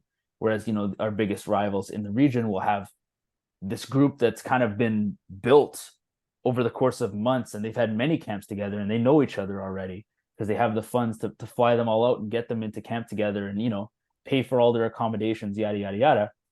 So they do these camps frequently, and those camps are very important in terms of actually performing at these tournaments, at the, CONCACAF U17 championships, CONCACAF U20s, kind of qualify for under 20 World Cups, under 17 World Cups. And that also contributes to dual national recruitment, because when you're playing in an under 20 World Cup, that's a pretty big sales pitch to a young player saying, hey, come play for us because you can play in an under 20 World Cup. Obviously, you don't have that tool at your disposal when you don't qualify for an under 20 World Cup because you're not financing the programs the way you should. You're not getting guys in camps early enough to sort of prepare for those big tournaments, those big events. So it's a big giant snowball, to answer your question, and it starts at the youth level, and that's certainly where a lot of the dual nats are lost. It's not so much at the senior level. A lot of them are lost at the youth level. Herdman's spoken to this at length, and for all the flack Herdman's, a lot of probably deserved flack he's taken lately, this is one area that I completely agree with everything he's saying. We would 100% need to get serious in this country about our national team programs, and it starts with having a stable, consistent, stable funding for the youth programs, which has not been the case maybe ever in this country, but certainly it has not followed suit with the rise of both the men's and women's national teams. Yeah, and it's not even just the national teams. It's just, for example, an easy way to think about it is when the men's national team made the World Cup, when CIBC and all these other sponsors are tagging along, that money isn't going directly to Canada Soccer because of the CSB deal. It's not going to the players. It's not going to Canada Soccer funding more fields or programs or youth teams or getting charters or friendlies. Like that money, I mean, I'm not saying none of it is going to it, but it isn't just a windfall that normally you would see from it. And that's huge because Canada never had that kind of money. And to be fair, I think that's why Canada Soccer made that kind of bet, was because there wasn't, I don't think any, I mean, sure, there's someone that bet Canada would make the World Cup in 2018, but I didn't. 2020, right. So I actually chatted with Nick Bontis. This was prior to all of this happening. This was a couple of years ago, and essentially saying like this was a bailout. Like it was a bailout at the time. None of the networks wanted to take Canada's national teams. Like the broadcast rights were worth nothing. They were essentially begging networks to air games. So that was the situation they were in. So kind of to understand the deal, you have to first understand where they were. and the headspace that they were in, and sort of how dire it was. And obviously, that doesn't change anything about it was a bad deal. We assess deals in hindsight. If I sign a player to a long-term contract and the player is always injured, and when he's healthy, he doesn't play well. At the end of the day, you can say, well, he was good at the time, or well, we really needed a right-handed defenseman. You can say whatever you want, but at the end of the day, we assess the deal as time passes, and the deal's been brutal for Canada Soccer. Had they just held out a little bit longer, and allowed that rise to sort of take place, and both the men's and women's national teams, like you said, all those partnerships, they'd be raking in money from. Instead, it's going to this third party, the CSB, who's not like totally wasting it, and No, and they're to be not fair, Scrooge McDuck and to just like swimming in.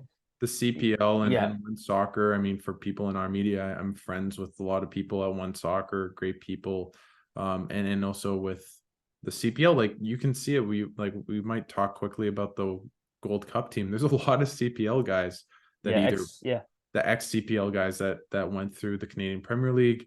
There's now Project 8, which I don't think is necessarily tied to it, but I'm sure looking at it domestically being somewhat successful. Maybe they haven't been necessarily making profits in the CPL, but it's growing.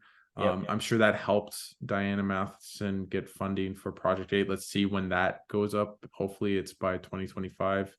I talked to Peter Galindo and Alex Gange-Ruzic. I don't think they were as optimistic for that date, but it does seem as though the wheels are turning in terms of a new women's domestic league, which is just, of course, needed and should have happened at the same time as the CPL itself. So it's definitely had positive effects in certain ways, but maybe they could have done that. They should have done that deal in a way where it didn't completely take away all the potential revenue from Canada Soccer if Canada were to be successful. And they were. The women won a gold medal, and the men made a World Cup, and the women are going to the World Cup again. And so I think everything you said's on the nail, but I just wanted to kind of point that out as well. Yeah, no, 100%. I think it's important to assess to analyze this with all the context available, and what CSB has done, allowing the Canadian Premier League to grow as quickly as it has. It's been valuable to Canadian soccer, and will have a lot of value in the long run. But it's just, then a debate of how valuable is it if it's hindering the national teams currently. So it's not a simple answer. But Canada Soccer has been in a pretty precarious situation now for I would say the last 3 years or so, and it doesn't seem like it's going away. And every time you think things are getting a little better, some new news comes out and rears its ugly head, and the whole Canada soccer community is back in a tailspin. So is there anything you want to add, or do you want to go to maybe the Gold Cup? And let's go Gold Cup, and maybe a little bit about the women's team, and then we'll end it off. I want to let's go to the Gold Cup. And I think partially because of the lack of funding, there's a lot of players. Basically, we're missing 7, 8, 9 regular starters. Eight. I think 8 starters. Yeah, and then squad players as well. On the men's national team, they obviously lost to the US. That was a pretty big disappointment. I think more in terms of the way they lost rather than the result necessarily. And now they're at the Gold Cup, and just it's been a fun ride. I did miss the game yesterday, but I watched the highlights and the recap of Canada versus Guatemala. They tied Guadeloupe in the first game in a late game equalizer, but I think the draw was a fair result. Yeah. And in the Guatemala game, I mean, you watched it, but maybe it didn't. It seemed as though that was a fair result too. Yeah. If anything, Guatemala maybe hit the post and we're a bit closer. So maybe just talk a little bit about this Gold Cup, and just maybe push the team forward a little bit to. They have the qualifications for Copa America, which would be huge in the fall, and just where this national team's going forward for the men. I think the Nations League obviously was disappointing in that they weren't able to secure a trophy. But now I thought where they would head in the Gold Cup would maybe be a little bit more experimental with the young players. I was a little bit disappointed to see as many regulars, and not necessarily, like, again, we said eight starters not there, so not necessarily the top end talent. All of Canada's best players are not at this tournament. If you took if you said who's Canada's best 8 or 9 players, and you remove them, that's essentially the team we have. Adding in a few new faces, some of which are younger, but not all of which are younger. The results obviously have been very disappointing. There's no two ways about it. Guadeloupe at home in Toronto needs to be a win. It's not a horrible team, Guadeloupe, by the way. Yeah, A lot they're of better people than because people.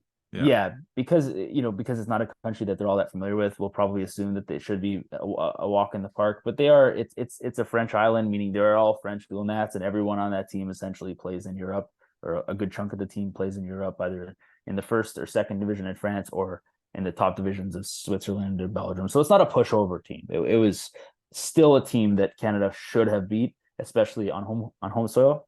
So there was that, and then the Guatemala game was a different beast entirely. They went into Houston, which apparently has like the largest Guatemalan population. Yeah, there's a lot it of was fans. packed. It was packed, like 40,000 strong of just Wow. rowdy Guatemalans, and they made it a home match. It was, as I was saying to one of my friends, I think it was a more loud and intimidating home match than anything Canada faced in World Cup qualifying, which says a Wow. lot because there were a few Central American destinations that were tough, but that was a rowdy, ruckus crowd. And so I thought they handled it all right. Again, I think this team, the main thing the Canadians should know is, without our 8 best players, this is a very different looking team, and the team does not have the type of quality to be able to just impose their will on teams. Um, should they still have won, the first game and maybe drawn the second game? Yes, but this isn't the Canadian It team that maybe fans who have jumped on it board in the last 3 years are accustomed to seeing, just dominating it matches. just reminded me of watching the team in like 2015, Yeah, and that's probably more what 2017. it's like akin to, right? It's just Yeah. it's like there's some quality in Europe, and there's definitely some good players on the field for Canada, but it just doesn't. They don't have that game changing talent, of the likes of Davies and David and Buchanan and Eustachio and Laren and Kone and Johnston. The list goes on and on. Like it's too many important players, and unlike even the U.S., we see the U.S. do something very similar in the Gold Cups. They send an experimental sort of team of guys who are usually on the outside looking in for the national team. But the U.S. has a little more success because, frankly, the U.S. has more good players. They have Yeah. more depth of good players. Canada's top players can compete. Canada's top players can beat the U.S. on the right day, where they play really well. But Canada's next tier of players, there is a bit of a drop off. So I think what we have seen is a couple guys have emerged, which is the main thing for me. Is if a few of the young guys sort of stake their claim as to why they should be regular call-ups, then at least there's some value in this tournament. Because I don't think Canada's going to win the tournament. I think they're probably gonna. I mean, I Lose think they're to gonna get through the group, but then they'll probably lose their next match because it's looking like it's going to be either Jamaica or the U.S. And Jamaica's team they have a bunch of Premier League really players. good They called team. essentially their best possible team, their A team, and the U.S. didn't call their A team, but still has enough quality that they'll be favorites against Canada, and they'll be in the U.S. of course. So either way, this tournament probably doesn't go on for super long for the Canadians, but I think if they can leave this tournament with a couple guys so far, Ali Ahmed from the Vancouver Whitecaps, Moise Bombito from the Colorado Rapids. Those look to be the two young players who have kind of established themselves in a positive way. A few other guys getting minutes. Jacob Schaffelberg, who many people might remember from Toronto FC, now on Nashville. He's come into both matches. Charles Andreas Brim, who is playing in the second division of the Netherlands. Some youngish players Yeah. who are kind of getting their first real chance with the national team. So that's been okay to see, but I am a little bit annoyed at how few of those young players really I'm have gotten a surprised. look. I'm surprised Yeah, Borjan's playing, honestly. Like I don't get why it's not I Dwayne. don't understand it either. And I don't Dwayne understand St. it Clair's either. been so good in the MLS. Yeah, And he's so athletic and just I don't maybe yeah, this is his swan song. Maybe this is Borjan's he wanted to play in Toronto. I don't really understand it. yeah. But then Um maybe that makes sense for the Toronto game, but it doesn't make sense for the next game. And even yeah. if I was talking to somebody else about this in a Twitter space, like he was saying, and I fully agree with it. Not everybody deserves like an Atiba Hutchinson send off. Like this Yeah. is the national team. So while it would be ideal to give everyone this like perfect swan song, like it doesn't work that way. And a team is kind of in a tier of his own in terms of what he's contributed to Canadian soccer. So I think the reality is they needed to go younger in this team, and I really wish Herdman called a younger squad. And even of the young players he called, I kind of wish he leaned on them a little bit What more, because about there are still some Schwanier? in the squad. Schwanier should be there. Like, there's no I know. I just wanted so to yeah. get you on your. So Schwanier should be there. Schwanier was just named an MLS All-Star, and he's Yeah. 24 years old. He's never represented Canada before, but he should absolutely be there, especially considering the options they did call in the midfield.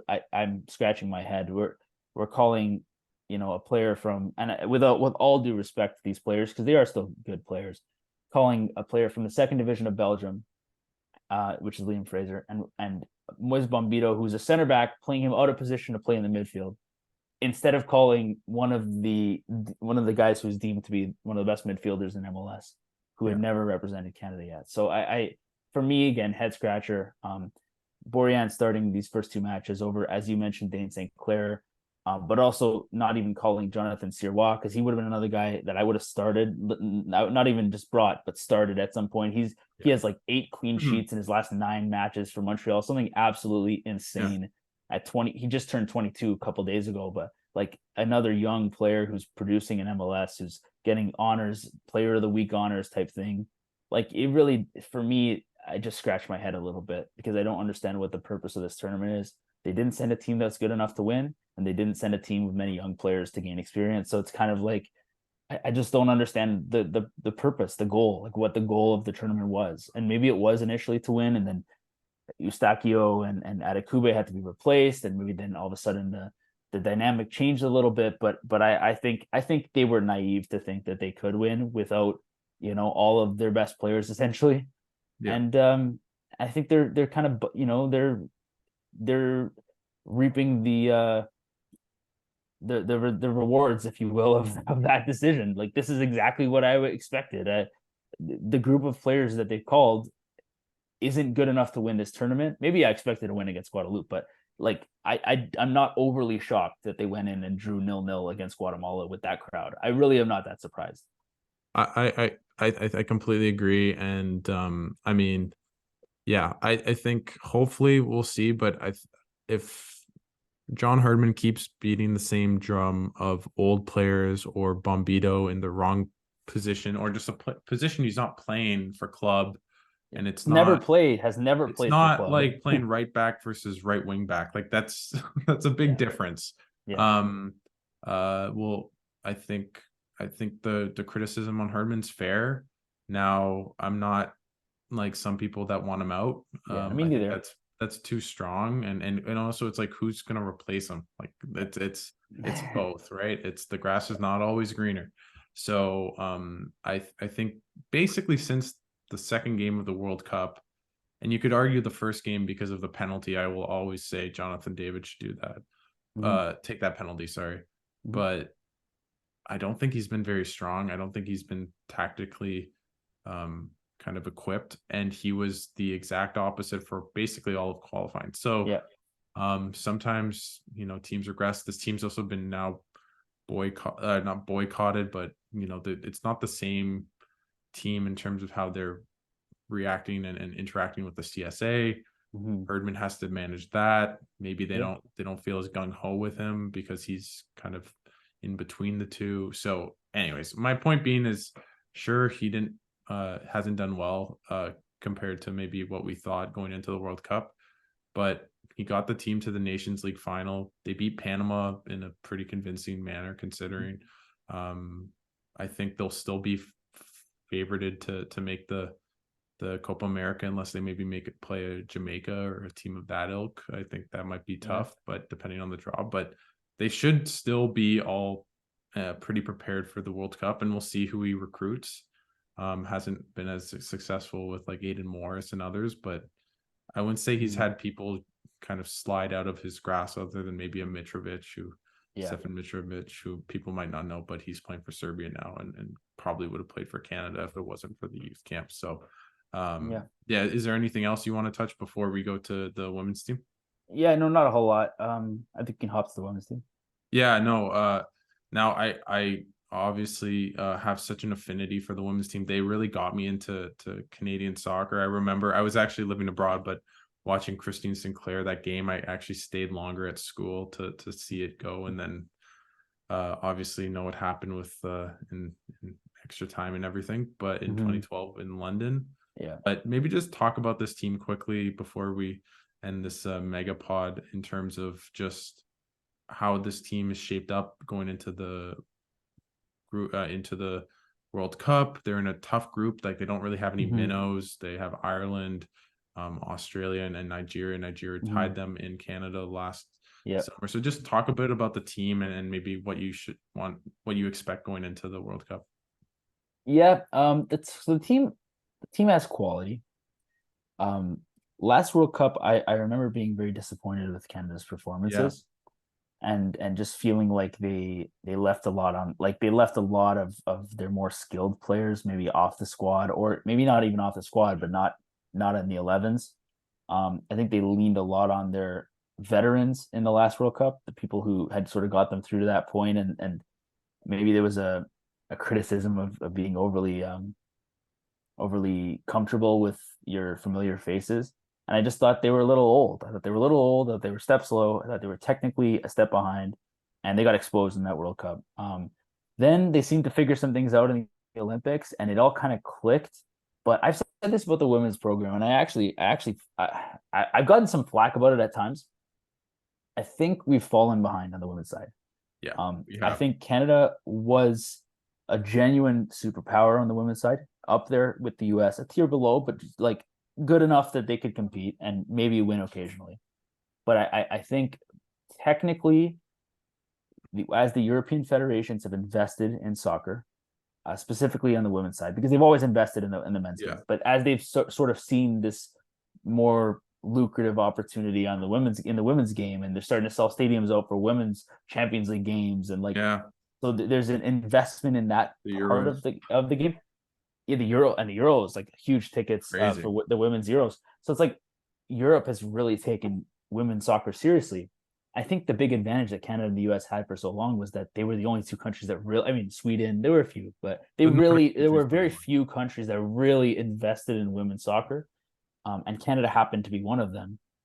Now, what you've seen with like Japan over the past decade, and the investment they put in both the men's and women's programs, but the women's programs we're talking about right now, and what you're seeing Spain do, what you're seeing what France has done, what England has done with the women's program. The list goes on and on and on. The Dutch, like, I don't know if Canada is going to go in as one of the favorites, because I still think, despite being the reigning Olympic gold medalists, I still think there are teams that are significantly more skilled than Canada. So that for me is the big concern, and the big picture, like how do we fix this, and probably youth camps and money and all that sort of stuff's a factor. And Project 8. But I also think it's Project 8. I also think it's how we develop talent in this country. I think at younger levels, this applies to both the men's and women's side. At younger ages, we tend to take the best players and promote them into, which is what you should do, and promote them into academy setups. But the best players are a lot of times at that age the most athletically gifted players, the biggest players, the strongest players, the fastest players. But the players catch up. And the issue is those players aren't always the most technically gifted players. So I almost would rather really emphasize like the technical aspect of the game, tiki-taka, quick passing, movement off the ball, dribbling, shooting, like the stuff that they do in Europe better than us, just point blank. I would rather get those players in sort of the higher level academy setups at younger ages, and then hope that they fill out and physically mature and get to a point where they can play against the best men and the best women. But I think that's one of the flaws of how we've developed talent is we kind of pigeonhole our talent based on who's the best at a young age, and a lot of the times that could just be who hit puberty first. Like, it's that simple sometimes, But and then in 3-4 years, then you have this TFC Academy prospect, and they've been in the academy for 6-7 years, and you just assume that because they've kind of come through that academy that they're better, but they might never have been better. They might never have been actually at that level. Technically, there are better players who sort of are late bloomers and kind of slip through the cracks. So again, this applies to both the men's and women's programs. I think that's probably a part of it. I think it's our approach to developing talent is a big part of it. to get back to this specific group without getting on too big of a tangent, there is No, quality on this team. Julia Grosso's had a fantastic season at Juventus. There's more than enough options up top. Adriana Leon can score. Jordan Heidema kind of comes in and out of games sometimes, but she can score.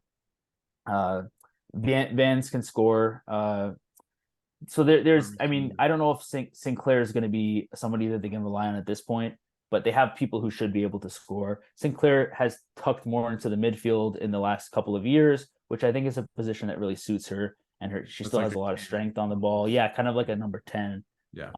The strength of the team has always been the center backs between Buchanan and Zadorsky and Gilles. Yeah. Like those are the real. That's like the big strength of the team is like they have world-class center backs. And Ashley Lawrence is still a rock. So I like Jade Riviere. So there's enough good players, and of course the golden hero Jesse Fleming, who's amazing. Who's great. So there's enough good players. Like there's enough good players that they still should be able to put really competitive teams out there. I think the biggest issue for Canada is when those other teams run 15, 16 deep with quality and class and everyone's good on the ball. And I don't think Canada, first of all, have the same kind of quality on the ball. I think they have to play a little more direct. They take advantage of the fact they have great center backs and have great pace on the wings, and they have a lot of these things. But I don't think they have, when the game slows down, I don't think they have the quality to break teams down when they sit in low blocks. Nigeria is probably going to sit in a low block and counter, right? That's something you have to be prepared for. Canada didn't look good when they did that at what is it called? The Pacific Stadium. I'm blanking now. Right? When they played in Canada recently, like not that recently anymore, I guess. But I mean, a year ago. Yeah, when they played last in Canada, Canada struggled against that. Right. If I remember the game correctly, I think Nigeria scored first. Yeah, I think and then Canada had to kind of work back into the game. And then Nigeria got back. Yeah. Yeah. So again, it was a while ago, but I remember Canada not looking very good and kind of feeling like they had a big struggle to break Nigeria down. And that's concerning because if you look at the group they're in, Nigeria should be their weakest opponent, I would imagine. Yeah. Right. Australia and Ireland. Yeah. Ireland's, so maybe not. Maybe it's Ireland. But but Australia has Sam Kerr, who's Australia will be better than both those teams, both those other teams, and at home. So that's a tough opponent, and then that means your margin for error is zero. You can't lose to Nigeria. You can't, even a draw puts you in a precarious situation. So yeah, I'm a little concerned about it. I don't think they're a real contender. I think I would put them in like the dark horse category where they have enough quality that they can make a run, but I don't see them as like a high contender. I think the way they won the Olympics is the way they can win this tournament or go deep is they'll be good defensively. They'll be compact. They have just enough going forward. It's kind of interesting. I mean, they're not exactly the same to the men's, but I think the counterattack and off the wings, obviously I wouldn't say the defense is the strongest for the men's team, but the idea of kind of counterattack football is probably more what they'll do and more direct, I think is I think you get that right, is that's more what they do strongly. Janine Becky being out is huge. I think that would have been a huge piece. Even just her pace is valuable. So it'll be really interesting to see how they do. Personally, I think if they make the quarters, I'd be really happy with that, truthfully. I'm a bit worried they don't make it out of the group with everything going on. That's my pessimistic Canadian fan that's used to misery. Maybe not on the women's side, but I'm a bit worried about the group and making it out. But I think a quarterfinals, I know I mentioned before, but Peter Galindo and Alex Gange-Rustic and Ben Steiner, I think quarters is probably, if you get that and you lose a tight game to whoever, you're fine. And you never know, like they can make the semis. I think making the final or winning is probably one step too far, but probably the range of outcomes is, even with my pessimism, is probably round of 16 to semifinals. And to the semis. And the higher obviously better, and we'll see. And I'm excited, and I always love watching them at the World Cup. So they'll be, and it'll be good. I think what they do bring is that I think maybe my nerves is more because I'm more nervous because of the group, but once they get to knockout football. I'm more confident in them in a Yeah. way because of what they did at the Olympics. They won shootouts. Like that's Yeah. not always, that's a No. nice kind of thing, but Yeah. they know how to make it where they can maybe play better teams. Like I don't think they Yeah. were better in the final against Sweden, but No, they weren't better in the final, and debatably we weren't better against the US either. So yeah, and even Brazil. So it's yeah, Brazil, yeah. Like I mean, they really scraped it. Like, and I think that gets lost. And this what always comes up. I know we probably got to end this soon. This is what always comes up whenever I talk about the women's team, and I say this exact same spiel that I just said to you. People are like, oh, but they just won Olympic gold. How?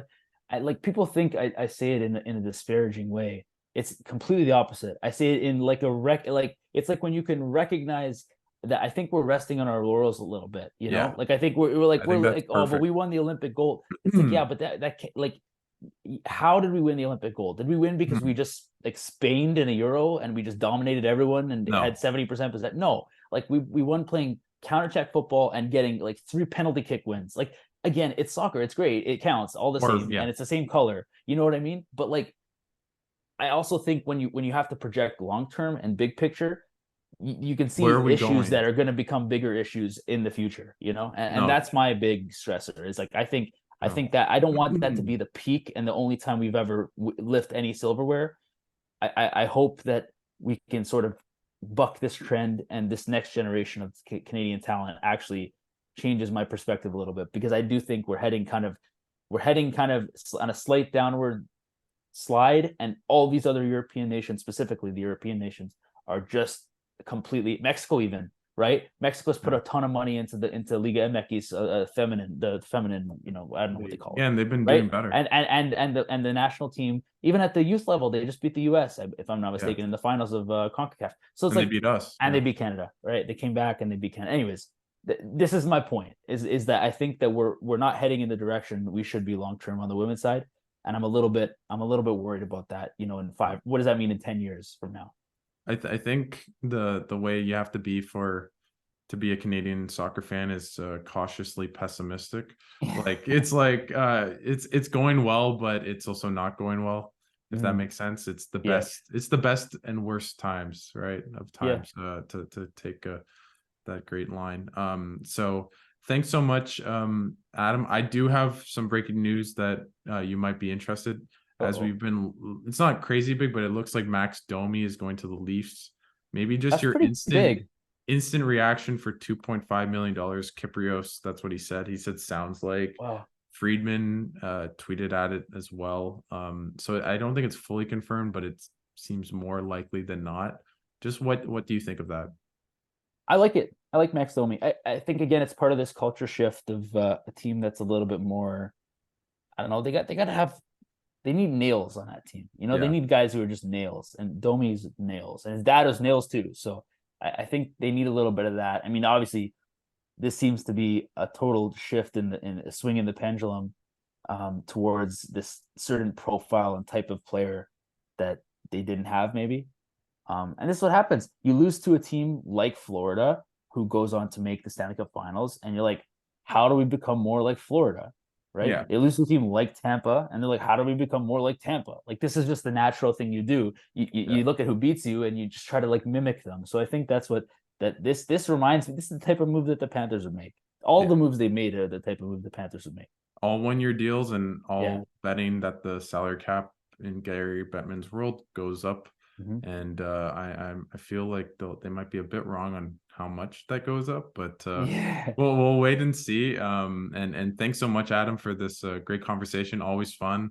And everyone should follow you on Twitter as well, Creative Freights, if there is Twitter and whenever Yeah. this posts in a day. I'm sure there will be, but it doesn't feel like it's going well for Elon. So Yeah. thanks so much, Adam, for taking the time. I had a blast. I think we hit almost 2 hours. So next Appreciate time it. we'll make it 3. So thanks so much, Adam, and have a great rest of the summer. And we'll definitely do this again. Take care. Thank you so much. Also, everyone, please like, rate, follow, subscribe everywhere.